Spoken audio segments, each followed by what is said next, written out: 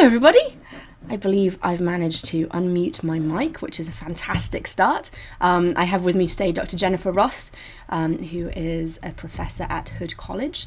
And I just want to say hello everyone, welcome. I'm sorry if I sound a little bit weird right now. The whole family, well, 3 of the 5 of us came down with a horrible cold this week, so it's some kind of miracle that you've actually got us on today already. So Dr. Ross is here to talk to us about the invention of writing, specifically cuneiform writing in Mesopotamia, and I'm going to ask her if she wouldn't mind introducing herself, giving some background who she is, what research she does, and then we'll get started. Good. Thank you so much for having me. It's a delight to be on the show. It's exciting what you do, and I'm really happy to be part of it. Thank you. So I teach at Hood College, which is in Frederick, Maryland. It's a small liberal arts college. And when I was hired as the first archaeologist to work at the college. That's exciting. And I was hired straight out of my PhD. So I finished my PhD at Berkeley in 1999 and started to teach at Hood in 1999. And I basically am the ancient person at the college. So that's my area of expertise. I do everything. But my own research, at least in the last 10 years or so, has been looking at, my overall research is that I am interested in technology change and studying technology change as an archaeologist. But one of the things that I started to think about as I looked at Mesopotamian studies, and especially about the Uruk period, the period of the earliest cities, was to think about writing as a technology and think about the invention of writing as one more component of technological change that comes at the same time. I started to get very distracted by that idea, and I've basically seemed like I feel like I haven't moved much forward, but I've been doing a lot of work around that. And my PhD combined both archaeology and philology, Assyriology, and so I'm coming at the question of the invention of writing from a couple of different directions. Fantastic. And actually, I was doing a bit of reading this morning and yesterday, and writing has never really occurred to me before as a technological advancement, but it really is. Yeah. It's like on par with probably more important than computers and like telephones and that kind of thing.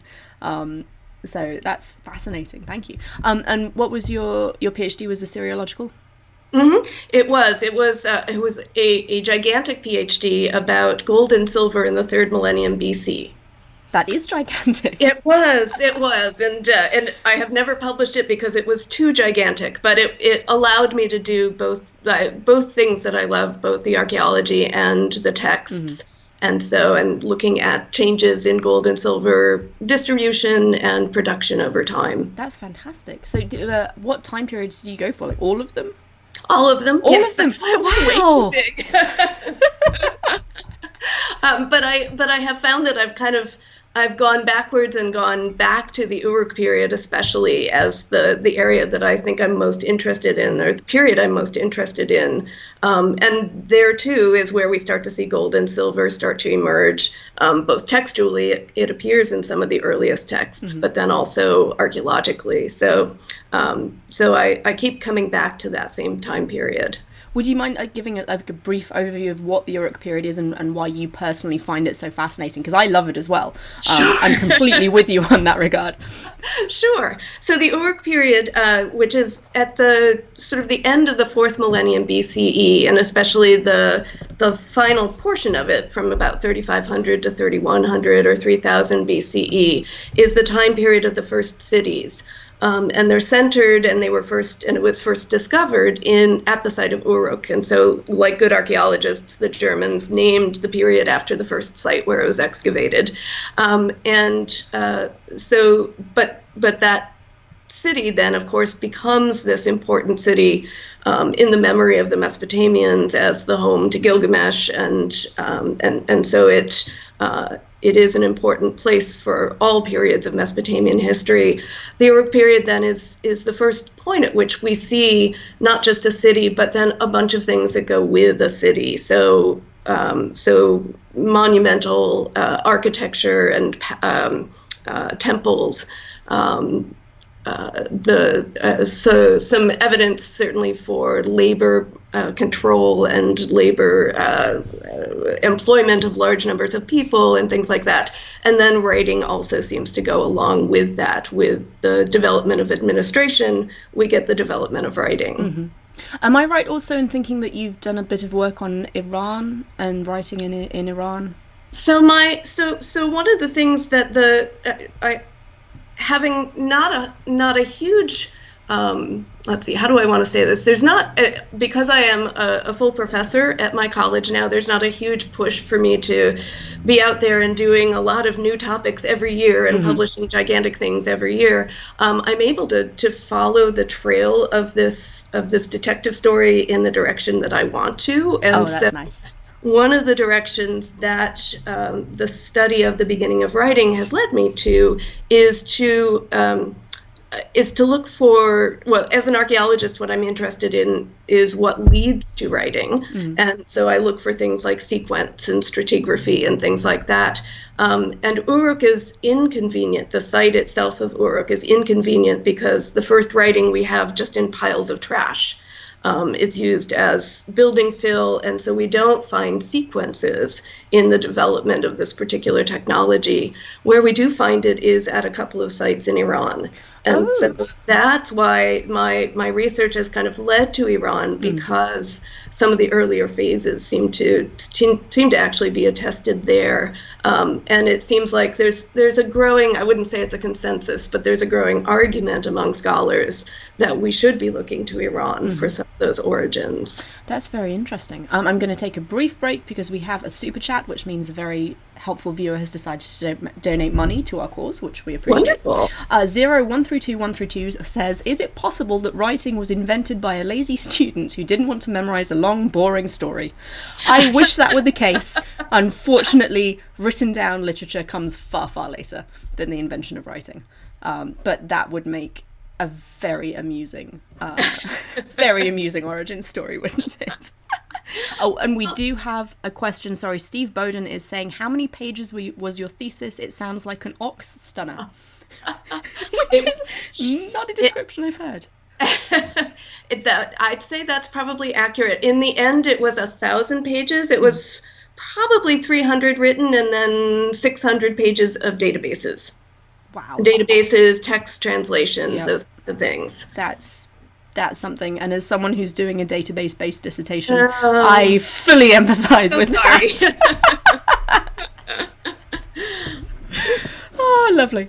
I was going to ask something else. Oh, yes, I was going to say, so for people who don't have an archaeological background, could you maybe just give a bit more elaboration on why it's problematic having material culture in trash dumps and why that's an issue for chronology of objects and technology? Sure. So the ideal for an archaeologist is often what we talk about as the Pompeii situation, where a city or a society is completely destroyed and everything that they used and made is left in place for archaeologists to discover it. Of course, we think, centralize our thoughts on what's good for the archaeologist.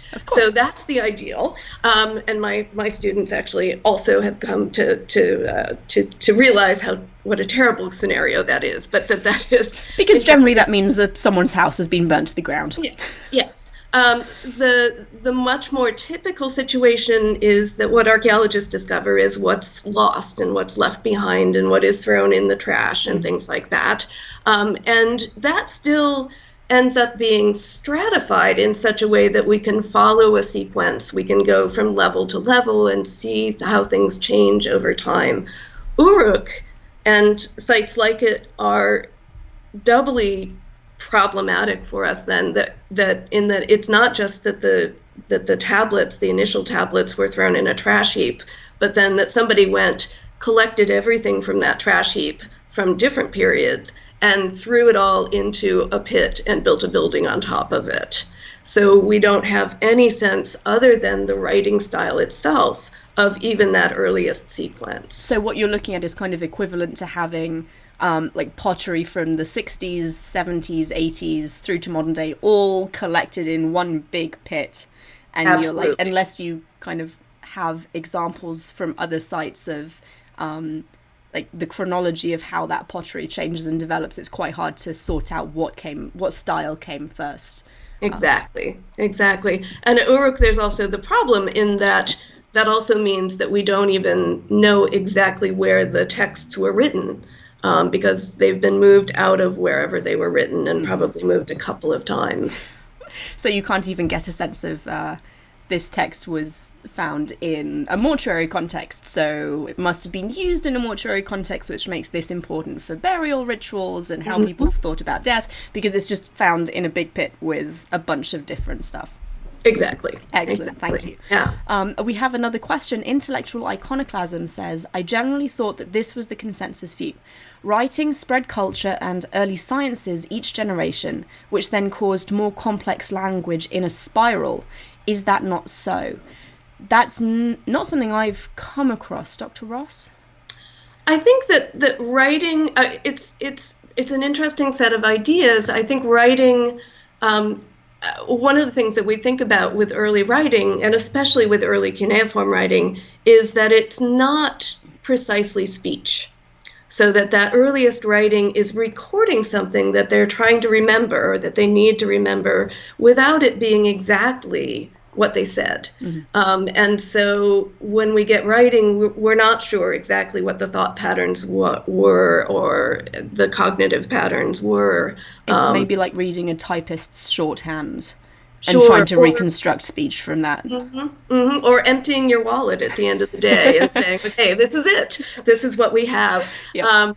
And so, and we know that that's shorthand and it's receipts, and those are the kinds of texts that we have. It is absolutely true that there are stages to writing.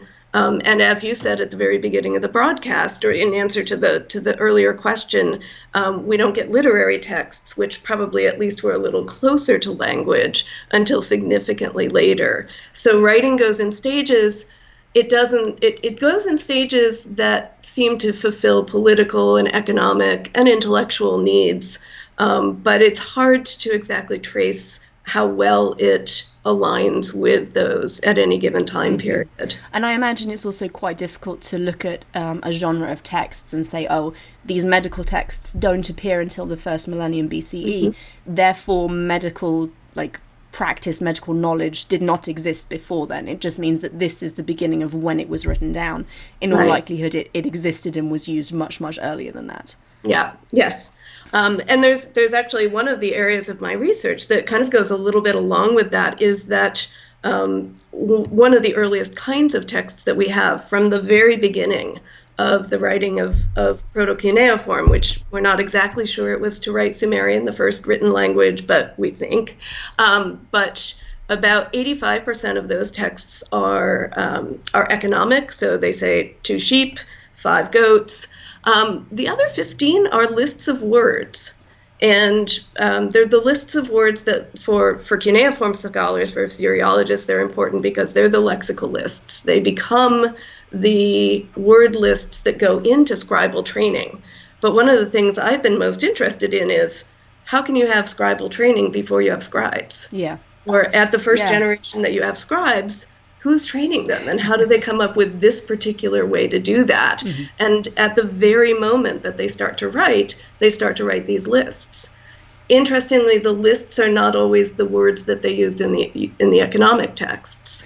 So it's not like they're exact vocabularies. So there's something going on there that's not quite as easy as it seems in order to tease all of that out. That's very interesting, especially because you do find lexical lists much later in scribal settings in absolutely school, what we call schoolhouses. But you're right. What are they doing that early? That's very interesting. Oh, lovely. Thank you. We have another super chat. I'm going to butcher your name. I'm so sorry. Stalia Kowalski has given us 1,000 Hungarian, and I actually Googled this because I don't know what currency they use in Hungary, and it's apparently a Hungarian forint. So 1,000 Hungarian forint. Thank you very much. I have no idea how much it is, but we really, really appreciate the support. And one final question before I ask you to go a little bit into the development of writing and how you think it worked. Is it possible to reconstruct the spoken language from written documents found in Mesopotamia? I think she means the earlier languages. Not from the earlier language, not from the earlier tablets, but we do already in maybe the second phase of what we call proto-cuneiform already begin to get signs that are clearly phonetic. So we definitely have keys to and clues to the pronunciation, but the actual spoken language presumably had verbs, and so many of our earliest texts don't have any verbs in them. Just lists of nouns. Yeah, exactly. So even the sense of process and things like that you expect out of a full sentence aren't necessarily represented in some of the earliest tablets. Lovely, thank you. So I've talked a little bit on our channel before about the use of like tokens developing into written forms, and I hope I've mentioned that that doesn't account for all of the data, but I was wondering if you'd be willing to go into like the practical development of the written language. Sure. So this is, and so once again, as an archaeologist, I'm really interested in writing as a material practice. The way in which somebody learned how to manipulate clay and put a stylus in their hand, and who did that in the first place. And one of the things that I think is most interesting, or that is most revealing when we start to look at where writing comes from in the process by which it developed, is that it is so clay-centered. The Mesopotamians themselves were really clay-centered. It was what they had. And I think that it must come out of the manipulation, out of earlier stages in the manipulation of clay, and sort of understanding the properties of clay and how it worked and how it dried and things like that. The tokens then are the first evidence that we have for some of that kind of manipulation. And so these small objects that we find as early as the Neolithic. And I think I've got a couple of images. Oh, lovely. If that's okay. Yeah, that would be fantastic. Let's see if this works. So I've got screen share, and okay. So can you see my screen? I cannot, no. Okay. Well, maybe I won't try to do that then. Let's go back to Skype. But the tokens are like little ball shapes and pyramid shapes and things kind of along that line. Right. So okay, so you can see me now. Yes. Yes. So I'll just describe. So the tokens are pyramids, pyramids, balls, rods, those kinds of objects, and we find them as early as the Neolithic. They're made out of clay, and they're found all across the Middle East. So they're doing something with these objects that seems to be widespread. And then the first point at which we start to get a clue as to what that is that they're doing with them is when we find them packed into these clay balls that are called bullae or clay balls, and we find inside of them we find collections of tokens. And so clearly they are things that could be bundled and then moved around. Mm-hmm. And what then starts to get interesting from my point of view is that often these clay balls have seal impressions on them. So they're not just moving them around, but someone is taking a mark of authority. And these are, have you talked about seals at all? Not an awful lot. Okay. So go as much detail as you feel like going into is absolutely fine. Okay. So seals are these objects, and they could be early on they were stamps, and we think about them just in the way that if you've seen an old movie or if you've see them. I work in Turkey today at an archaeological site in Turkey, and in Turkey they're still using stamps on business documents. And so these are objects that were indicated some form of authority, and they were usually made out of stone, and they were carved with a design so that the impression made on something soft, which is clay, could be recognized. And so you could identify something that's marked with someone's seal as having belonged to them or been marked by them. At around 3,800 BC or so, maybe 4,000 BC or so, the Mesopotamians moved from using stamps to using cylinders. to roll as seals. So they go from stamp seals to cylinder seals, so small cylindrical objects, maybe 3 to 5 centimeters in height, and they roll those across clay.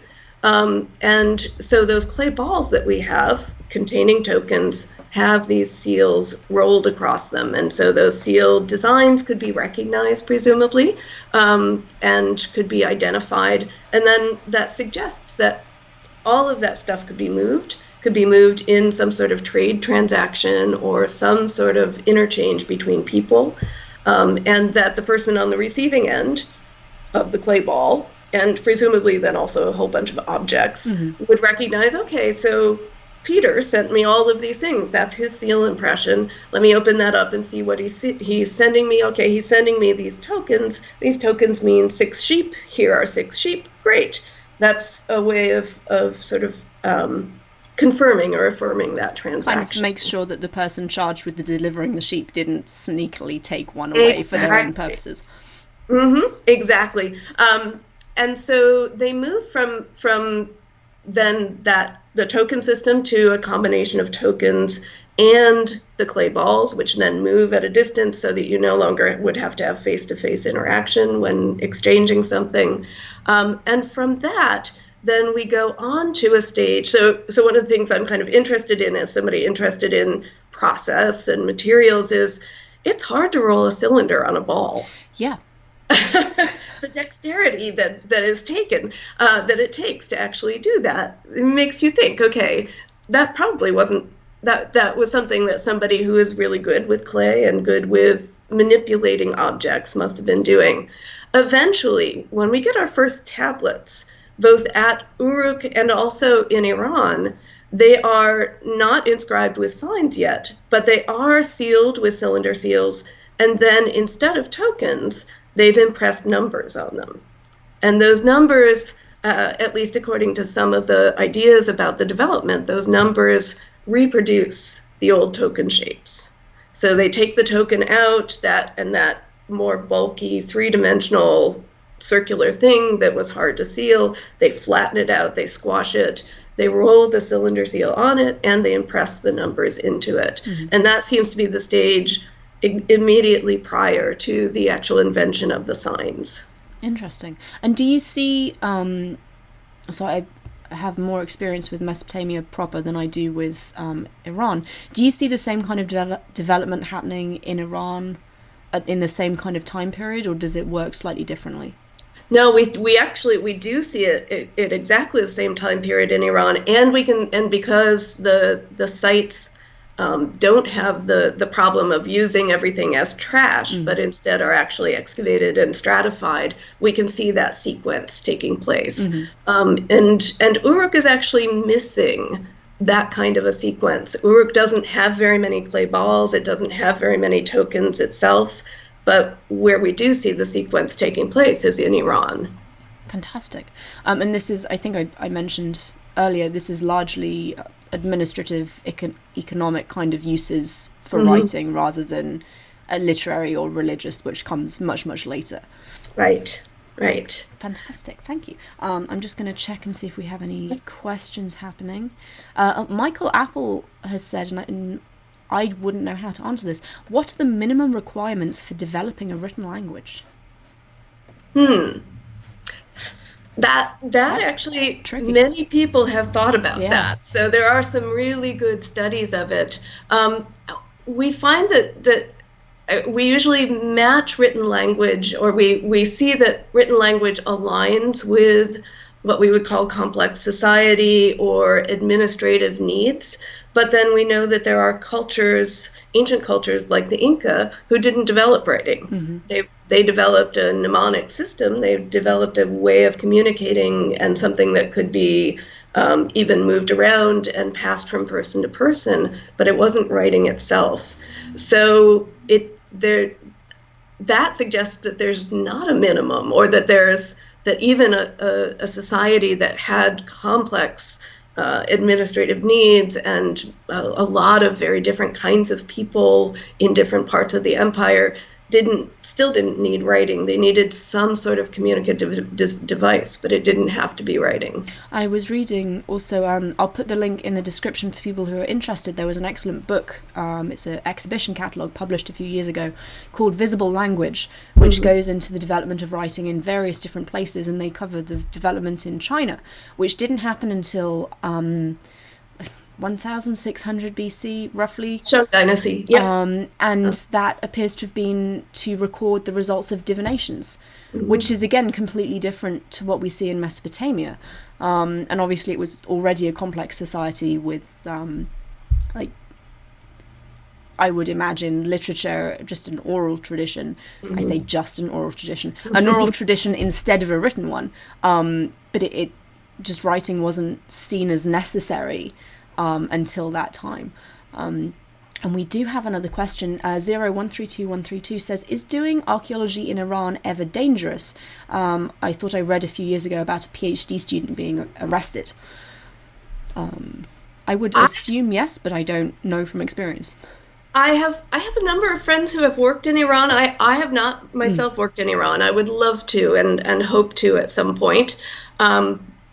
As far as I know, it's extremely safe. And I think that the dangers there are similar to the dangers anywhere else of being a foreigner and not perhaps knowing one's ways around. I certainly, working in another country is always potentially fraught with trouble. So, and certainly arrests happen of Americans in a variety of places, but I'm not aware of any specific problems for archaeologists in Iran, other than it just being a difficult place for Americans still to go to because of government disapproval and political issues. We've actually been we've had a couple of negative comments. We're running a PhD scholarship fund, and we've had a couple of comments saying that we're encouraging people to go to war zones, which is most definitely not what we're doing. And I don't know of any archaeological projects that still run during active wars. Certainly Iraq shut down for years and years and years. That's slowly beginning to open back up again, but it's still something that I know my professors treat with extreme caution. Syria obviously is currently a no-go area, and again our professors, Dr. Glenn Schwartz, worked in Syria for years and years and years and hasn't been back obviously since the civil war broke out. So it's not, I don't want to give the impression that archaeologists just blithely go to the Middle East and start digging somewhere. It's something that a lot of research goes into, a lot of care is taken, and people work very closely with regional, local governments where necessary. So it's not something to be undertaken lightly, but it can still be done with relative safety. Yeah, and certainly working in the Middle East is something that it's a privilege to be able to work in the Middle East and to be able to study these societies that were so fascinating, that brought us so much of what we still know. It's amazing. I haven't got extensive archaeological experience, but I worked at Tal Tayanat for a season doing surface survey, and it was really, really hard work, as you would expect, but it was absolutely fantastic, and everyone I met was warm and friendly and very happy to have us there, and I don't think I've ever felt so welcome in a foreign country. It was just wonderful. Yeah. Working in Turkey, that is absolutely my experience as well. And Josh worked a season at Syria at Marmara, and had exactly the same experience. Like the local work crews and the people he came into contact with were just lovely, absolutely lovely. And I think excited that people were taking interest in their culture and their heritage and taking seriously the things that they have to offer to the rest of the world.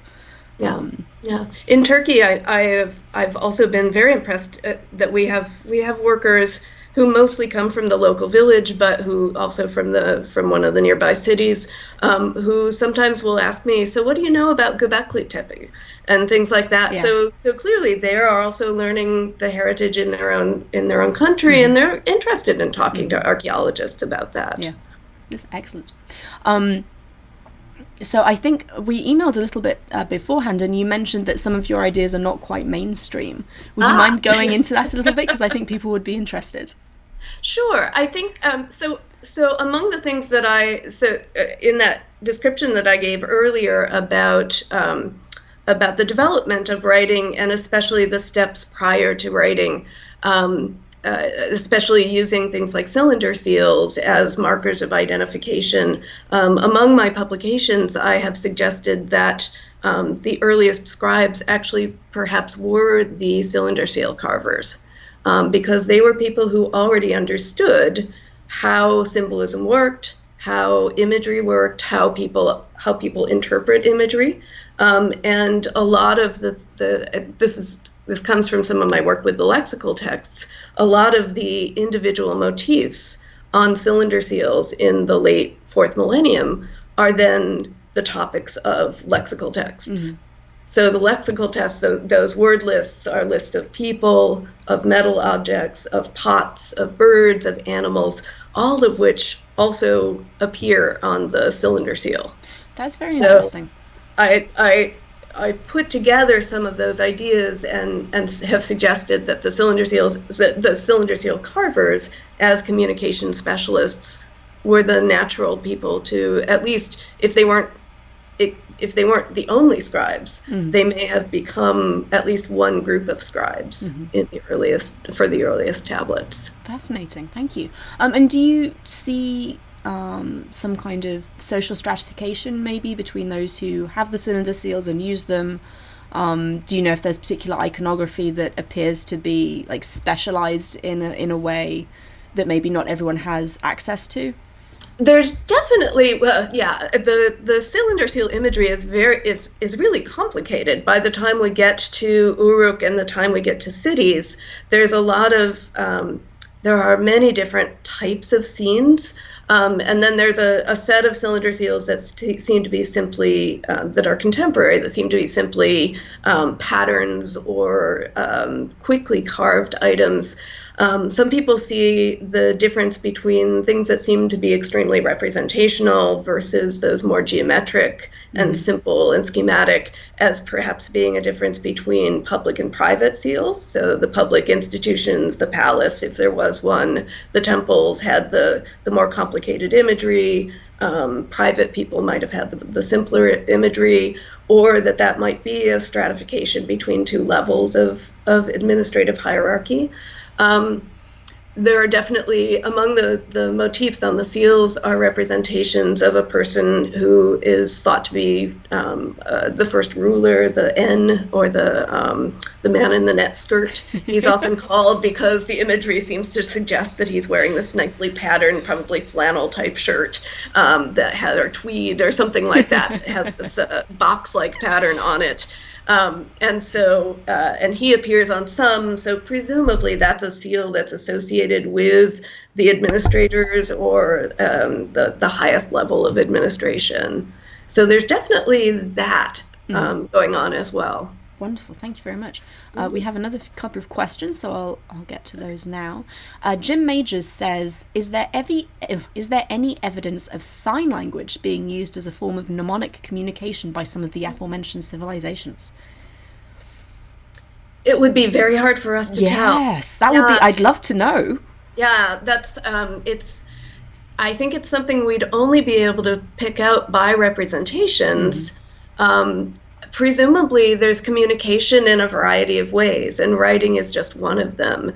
And so I think sign language and other types of communication are definitely possible or potential, and certainly for like pairs of people or groups of people hunting together or something like that, presumably are communicating in ways that are not going to be audible to the animals. But I don't think anybody's ever tried to approach that question. No, it would be absolutely fascinating. But I think you're right. Without having some kind of representation of it, I'm not sure how we'd identify it, unless it was described in like a literary text. But I don't know of any descriptions that would fit that kind of idea. That's a great question, though, Jim. Thank you.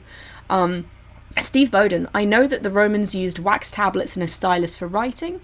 Is there any evidence that earlier peoples did that, such as the Sumerians? We have evidence not from the Sumerians, but from later on for that. We certainly have some evidence for wax tablets from the Neo-Assyrian period, and probably some of the finds from the Uluburun shipwreck also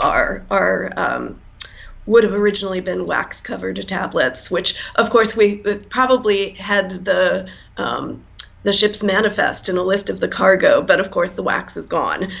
So we know of it later. We don't know of it for as early as the first tablets. Mm-hmm. Thank you. Yes, I like a good wax tablet writing board. Yeah. They're shown on the Neo-Assyrian palace reliefs, and it's just, you've got one scribe writing with wax and one scribe writing with something else, and it's fantastic. And I always wonder if they're writing in different languages. I suspect, I've always thought they probably were. I've always figured one was writing in cuneiform and the other in Aramaic or something like that. Yeah. Writing is so cool. Yeah. So I actually don't have any more questions. Is there anything particular you'd like to talk about? No, I don't know. I don't know of anything specific. It's nice to have a chance to talk about research. So it is, isn't it? It's lots of fun. So audience, if you have questions, now is the time to get them in, because if we don't have anything else, we'll probably let Dr. Ross get on with her weekend. So write them in if you have something you'd like to know. Oh, someone's saying that they saw one of the wax tablets at the British Museum today.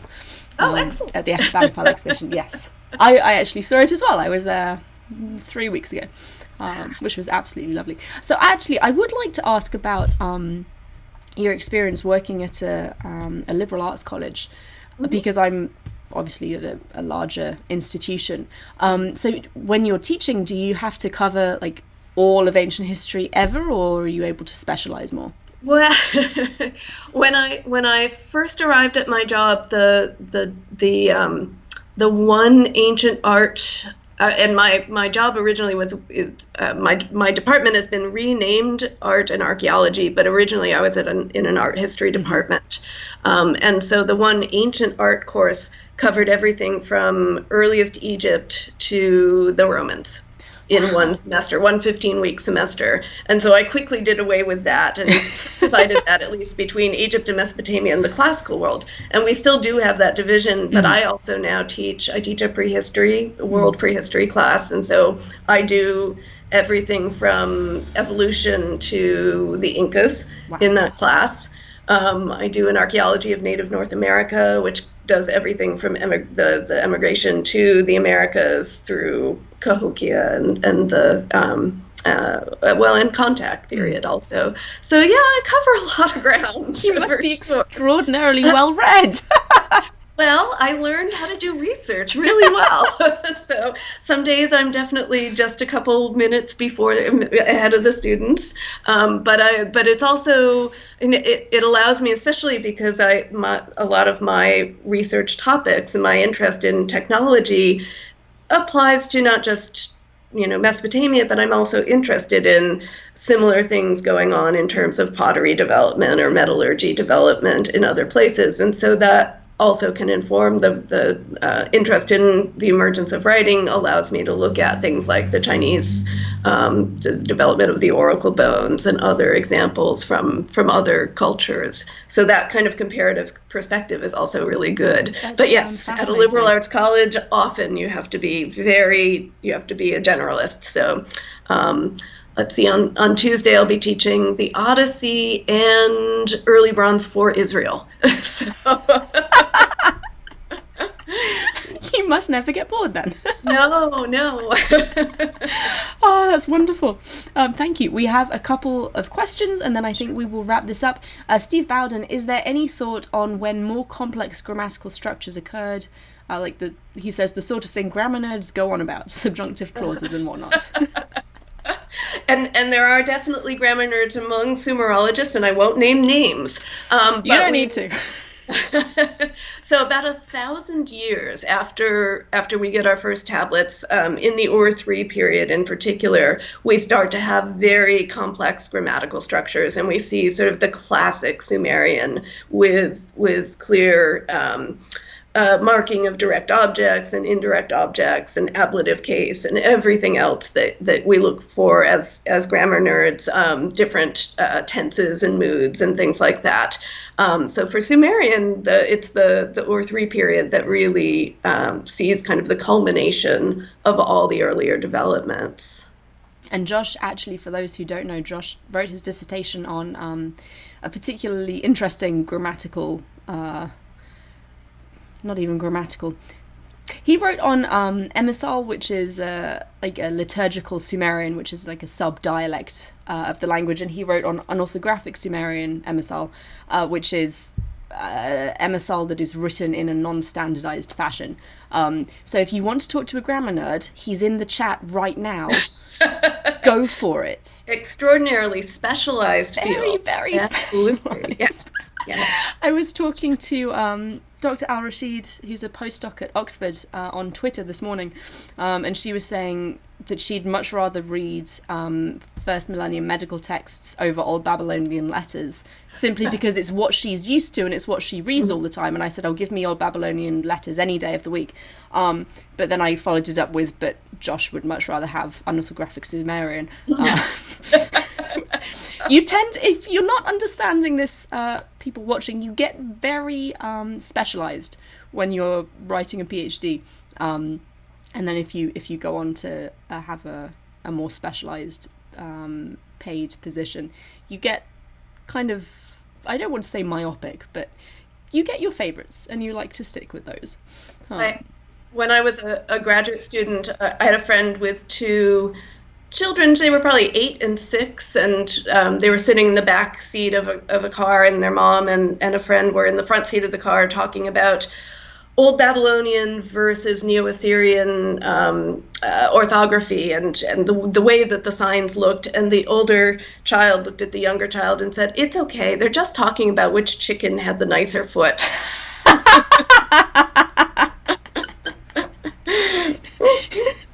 That's not terribly inaccurate. No, not at all. Oh, wonderful. So Firefly Rises says, what counts as writing and what was the first message? Yeah. This is, I mean, that really is, that is just to put you on the spot of the matter is what counts as writing. So one of the things I am also interested in, and a lot of the shows that you've done also have been about Sumerian literature. So one of the things I also am very interested in is the story in Sumerian about the first writing, which is the story of Enmerkar, who is the king of Uruk, Naturally. who is one who, according to the Sumerian myth, invented writing. And he happened to invent writing as part of a contest of wills and contest of wits against an Iranian king.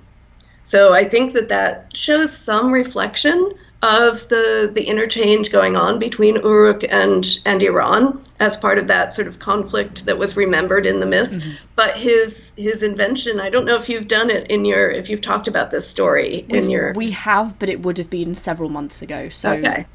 So it's a story in which basically they trade riddles with one another, and so the king of Iran keeps posing a riddle to the king of Uruk and Merkar, and the king of Uruk and Merkar keeps solving those riddles. And so at the point at which the final riddle comes from Iran and has to be answered, and Merkar decides on an oral answer, and this poor messenger is having to run back and forth, remembering exactly what it is that the riddle was, and then what his king said. And finally, Merkar, rather than trying to get the scribe to remember, writes it down on a tablet, and the messenger goes off. The king in Iran, the king of Arata, gets the message and realizes that He has no, he can't match wits. Mm-hmm. So that would be the first message, whatever it was that Enmerkar said, which we don't know, but it was the answer, and there was no way, because you always have to have two people for communication, for written communication, the sender and the receiver, and in that case, the receiver didn't have the knowledge that he needed to receive the message. I love that myth. It's wonderful. It's one of my favorites. It's a good one. So Tim Smith says, do you have any basic commerce tablet that you think is funny or peculiar? From what I remember, they tend to be pretty standardized. They are. I can't think of, no, that's a really nice question, but I think they are pretty standard. There are usually 2 sheep and 3 goats and 5 cows and things like that.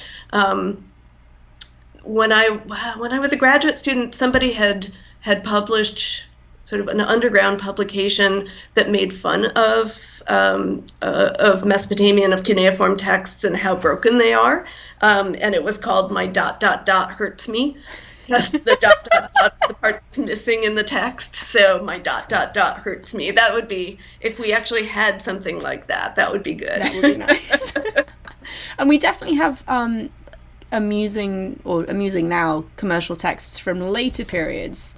I'm thinking of Eonatsir, maybe, the copper merchant. There's been a website making the rounds recently. His copper is substandard, and he has a letter from a trade partner complaining that he sent him substandard copper, and how dare you. So that exchange is rather amusing. And that's similar to in the Amarna tablets, that the Mesopotamian king complains that the Egyptian king sent him a whole bunch of gold, but when he melted it down, it was just a tiny amount of gold. I know, which is just is rude, really. If you're going to send me gold, so you may as well just send it as proper gold rather than a wooden core. Mm-hmm. So B. Havens, do you know much about the early writings in southern parts of Africa? I don't feel like that area sees as much interest. You are absolutely right, and I don't. And I think that would be really interesting to know more about. I think there are a lot of ancient societies and even more recent societies where experiments with writing probably could tell us a great deal about the process itself cross-culturally. And so I welcome all sorts of, if people do know of other studies of early writing, I'm really interested in them. That does sound interesting. Trevor Lunn, are there any examples of pre-writing symbolism in societies which did not develop into writing? Yes. So among the things that we find, so the tokens are one of the things that we think do have a line into writing, but there's at a lot of sites contemporary to and even after, one of the kinds of symbols that we see is pot marks. So signs that are incised into the bases of pots or into the sides of pots, and they clearly have some sort of significance, and they have some sort of symbolic value, and there are a number of ideas about what they could be, and probably the best that I've seen is that they were likely ways for a potter to identify his or her pots as they came out of a kiln. If you had a collective firing, then you needed to be able to retrieve the ones that you had made. So I think that there are probably a lot of good examples like that of symbolic use and symbol use that didn't turn into writing, but that had significance and had that were extremely useful to people. Thank you. So Mark says, do you know of any new developments in the decipherment of the Indus Valley script? No, it's one of the ones that is continually at issue. I read a book a couple years ago, but I don't think that anybody has made major progress anytime recently.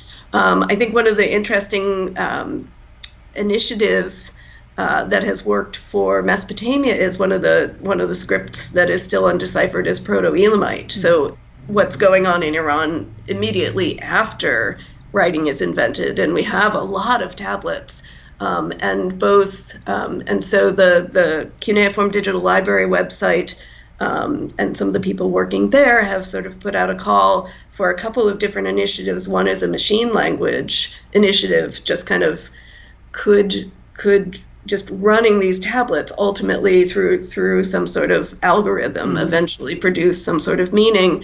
And also just a crowdsourced initiative, what can people come up with as far as those are concerned? And I suspect that Indus Valley Script would really benefit from something like that too. But the inscriptions are so short.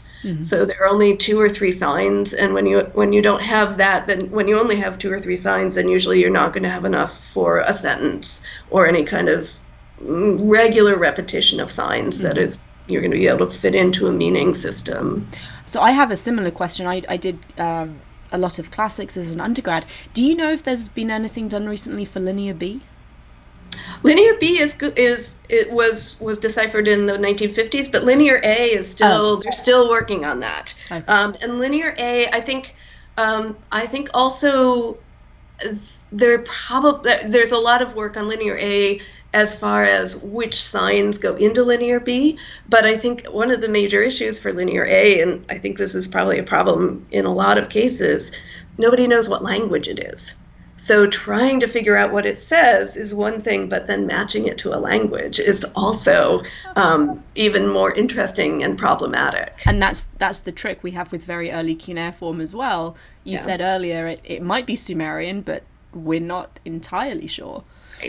Right. And I think there aren't very many holdouts anymore about it being Sumerian, especially because by the second phase of the writing, we start to get those phonetic complements, which suggest Sumerian signs that are close enough.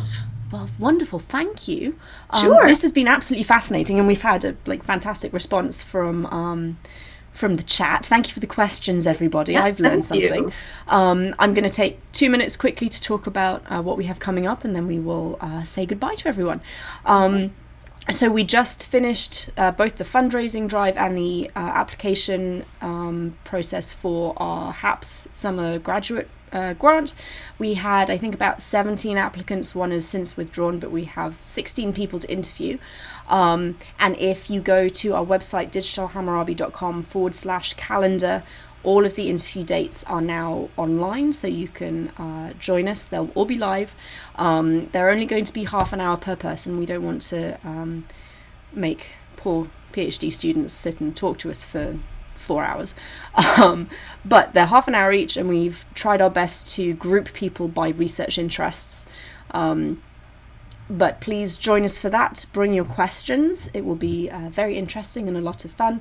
And then following the interview process, if you have contributed to the scholarship fund, I will be sending you a link where you can vote for who you would like to see funded for this summer's research.